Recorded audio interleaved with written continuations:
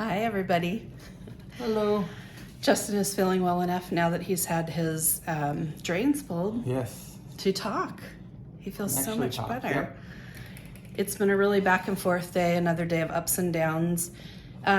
Really, Justin's unique situation with the bradycardia and the HCM and the mitral valve defect has been challenging for the doctor team to kind of get all their thoughts together and decide what to do. His heart kept going into afib, and so they had him on amiodarone, as I mentioned in yesterday's, text update, and they took him off of it last night because that heart rate was low and they were thinking, oh no, this isn't good.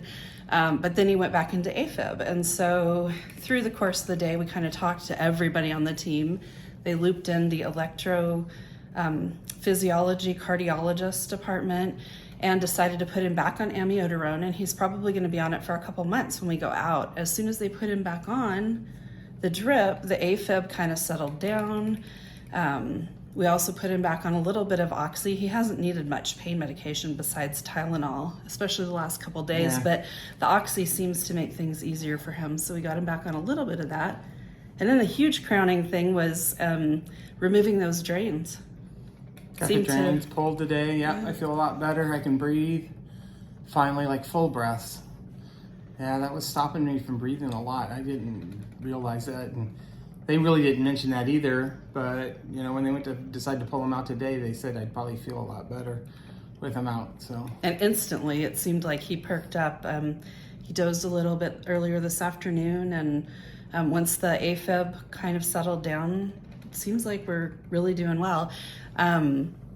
Let's see, they said probably they left the external pacemaker wires in. They're probably going to leave those in till tomorrow. Till tomorrow before they take them out, yeah, right. Just in case. And then we'll stay in maybe hopefully not, hopefully they'll let us go, but maybe another day after they pull the wires, just to observe him and make sure the AFib doesn't come back. So we're getting closer, at least progress. Closer to go home. Yeah. So I'm looking for that. I can't believe it's almost been a week. Tomorrow will be a week since surgery, so. Feels like a time warp. Yeah, it just. Feels like forever, and. The only saving grace is the Olympics have been on. And so something that I haven't done since I was a kid, actually watch all the Olympics. I've been able to do right now. Not that you're missing anything. I'm just saying there's at least something on to watch. Overnight. Justin has become expert at the rules of curling. He's watched all of the curling competitions. So thank you all again for your well wishes. We're so happy that we seem to have gotten over a huge hump today. The last couple of days were rough. Yeah, not knowing where we're going for sure, and it just always seemed like there was a roadblock ahead of us to have to maneuver through, but looks like we've gotten past those, and now we'll see where that leads us from here. So. Yep, we'll keep you all posted again. I'll include some photos of Justin's activities today. Be forewarned, I'm going to post some graphic medical images, a couple of them, not terribly gross. It's not like the surgery itself, but it's really interesting to see the drains once they pulled him out, how long those tubes were inside of him and stuff. Yes. So I will add that after this. So stop now if you don't want to see that kind of stuff. Love you all. We'll update soon. Thank you. Bye-bye.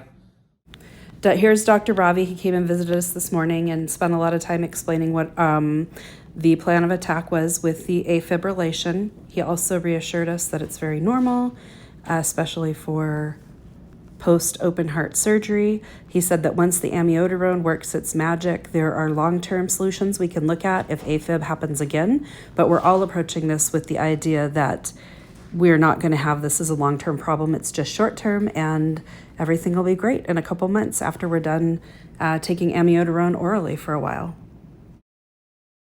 And here are the more graphic images that I mentioned earlier. This is what the drains looked like before she took them out. Once she took the bandages off, there's 2 of them in there. The third one had been removed from his right side down in the ICU. And then you see here up close the stitches around them and how the skin looks. And then there's the tube when she pulled it out. That was just the first tube. The second tube was even longer.